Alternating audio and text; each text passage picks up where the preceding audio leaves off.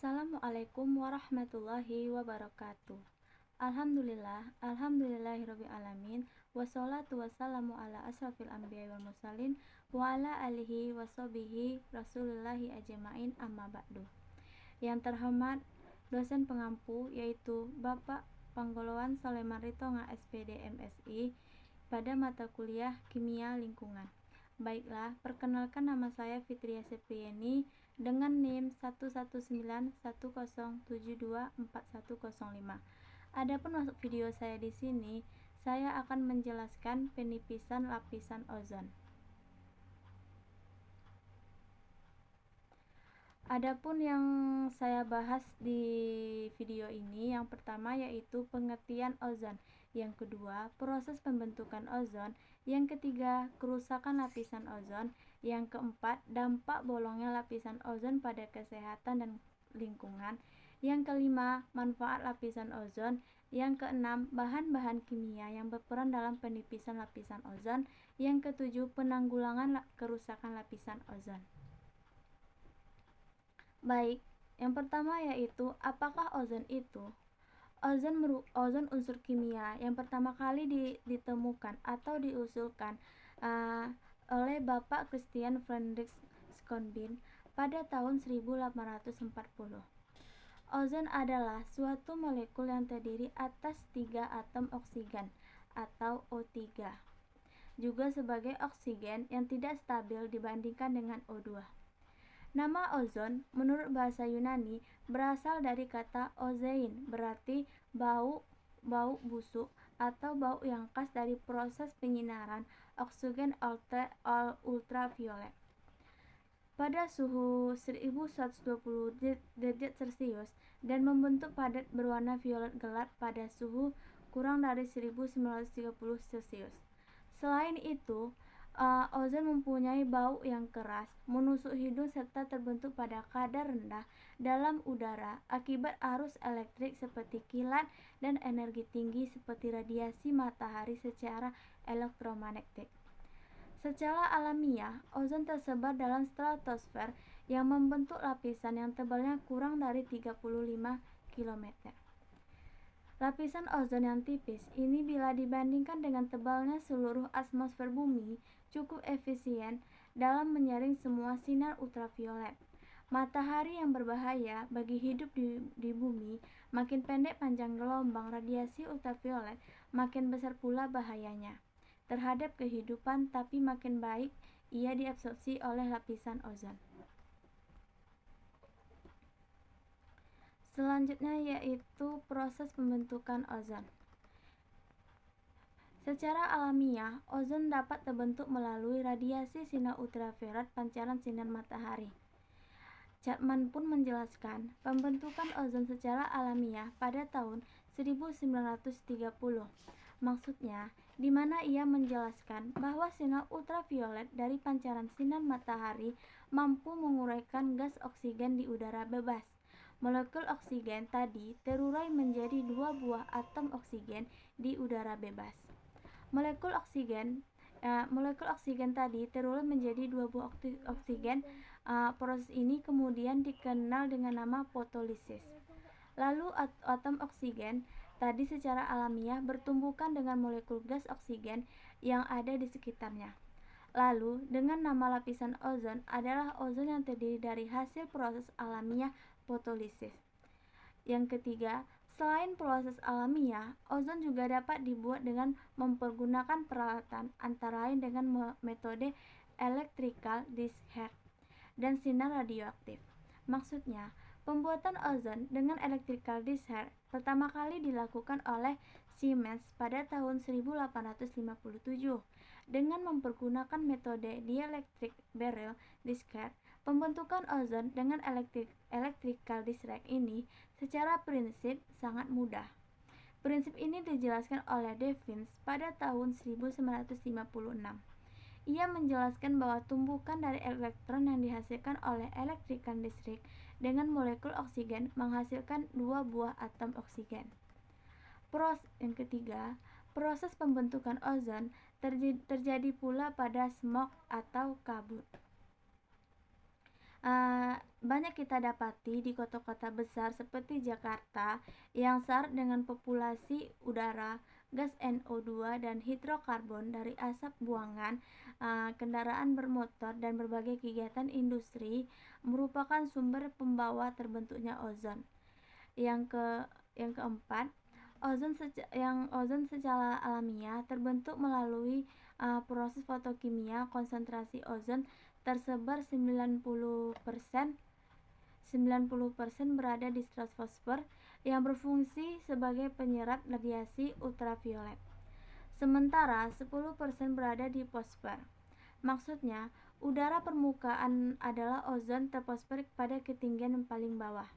Di troposfer, ozon bersifat sebagai gas rumah kaca sehingga dapat menyokong perubahan iklim. Pada konsentrasi tertentu, ozon di permukaan dapat merupakan polutan yang bersifat racun pada makhluk hidup.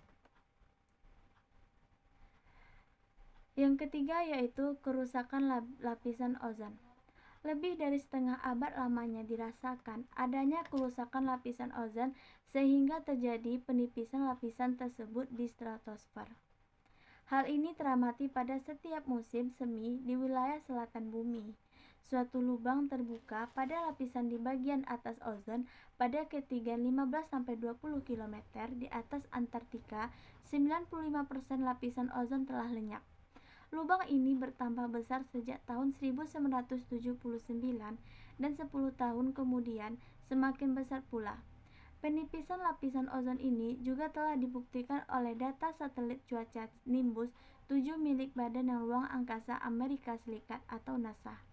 Dan terdapat banyak bukti yang menyatakan bahwa penipisan lapisan ozon telah terjadi di seluruh dunia. Belum begitu lama, terbukti bahwa CFR lah yang bertanggung jawab atas terjadinya lubang di lapisan ozon. Selanjutnya yaitu dampak bolongnya lapisan ozon pada kesehatan dan lingkungan. Radiasi UVB yang dapat menembus lapisan ozon cukup membahayakan. Radiasi ini merusak materi genetik DNA dan merupakan penyebab utama kanker kulit. Jumlah penderita ini telah meningkat dengan cepat di seluruh dunia. Kanker kulit ini di Amerika Serikat diperkirakan mencapai 300.000 kasus setiap tahunnya. Selain menimbulkan kanker kulit, radiasi ultraviolet juga melemahkan kemampuan tubuh untuk mengatasi dengan jalan menekan efisiensi sistem kekebalan, sehingga memudahkan kanker menyebar luas. Untuk setiap penipisan 1%, lapisan ozon diperkirakan sebanyak 2% radiasi ultraviolet sampai di permukaan bumi dan akan menyebabkan peningkatan terjadinya kanker kulit 2-5%.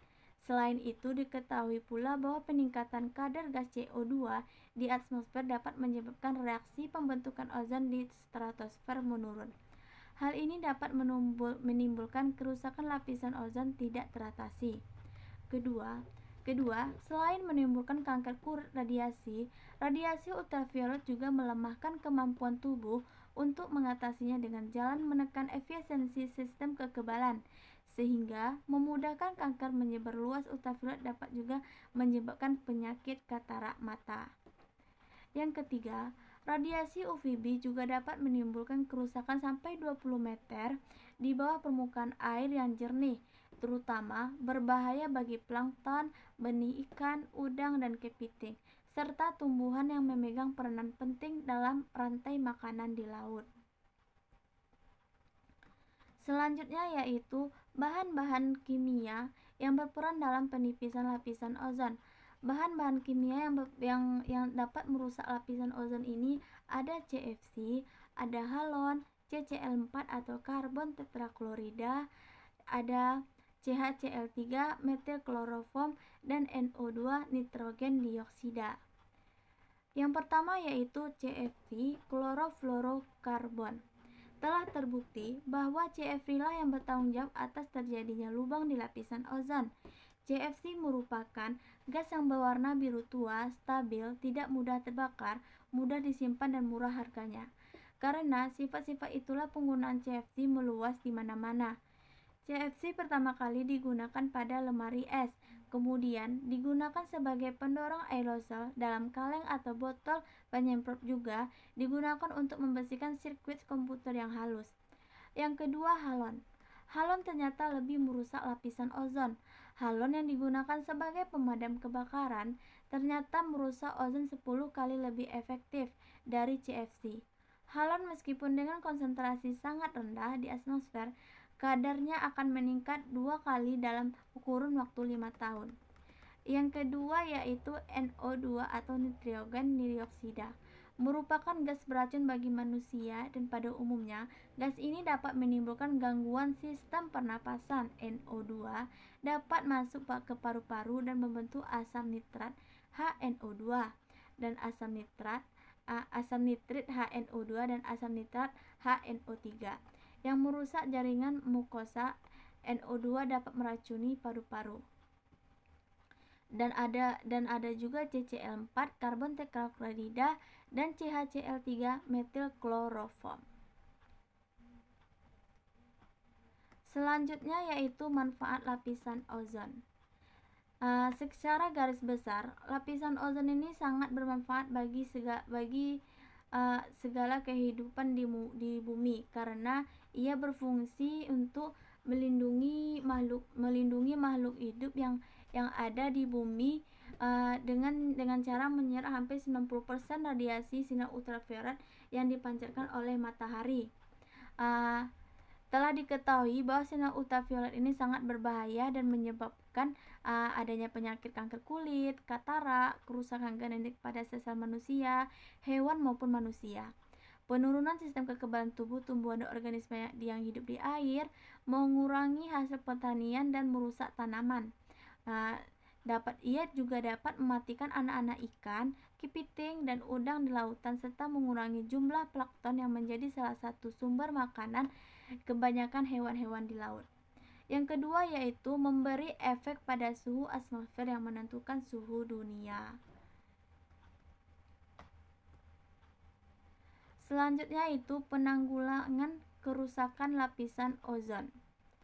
Upaya pelindungan terhadap lapisan ozon dilakukan melalui Konvensi Wina pada tahun 1985 dan pada tahun 1987 di Amerika Serikat, melarang penggunaan CFC yang digunakan aerosol. Adapun cara menanggulangi lapisan ozon ini, yang pertama yaitu caranya mengurangi atau tidak menggunakan lagi produk-produk rumah tangga yang mengandung zat-zat yang dapat merusak lapisan ozon. Yang kedua, mengganti alat-alat kebutuhan yang berpotensi menghasilkan zat-zat perusak ozon dengan alternatif lain yang lebih ramah lingkungan. Yang ketiga, meningkatkan kesadaran dan partisipasi aktif masyarakat dalam program pelindungan lapisan ozon. Pemahaman mengenai penanggulangan penipisan lapisan ozon memperkenalkan bahan produk, proses produk, dan teknologi yang tidak merusak lapisan ozon dengan cara mengadakan seminar-seminar dan penyuluhan secara rutin di berbagai organisasi. Baik, sekian dari presentasi saya. Jika ada kekurangan kesalahan, mohon dimaafkan. Saya akhiri. Wabillahi taufiq wal hidayah. Assalamualaikum warahmatullahi wabarakatuh.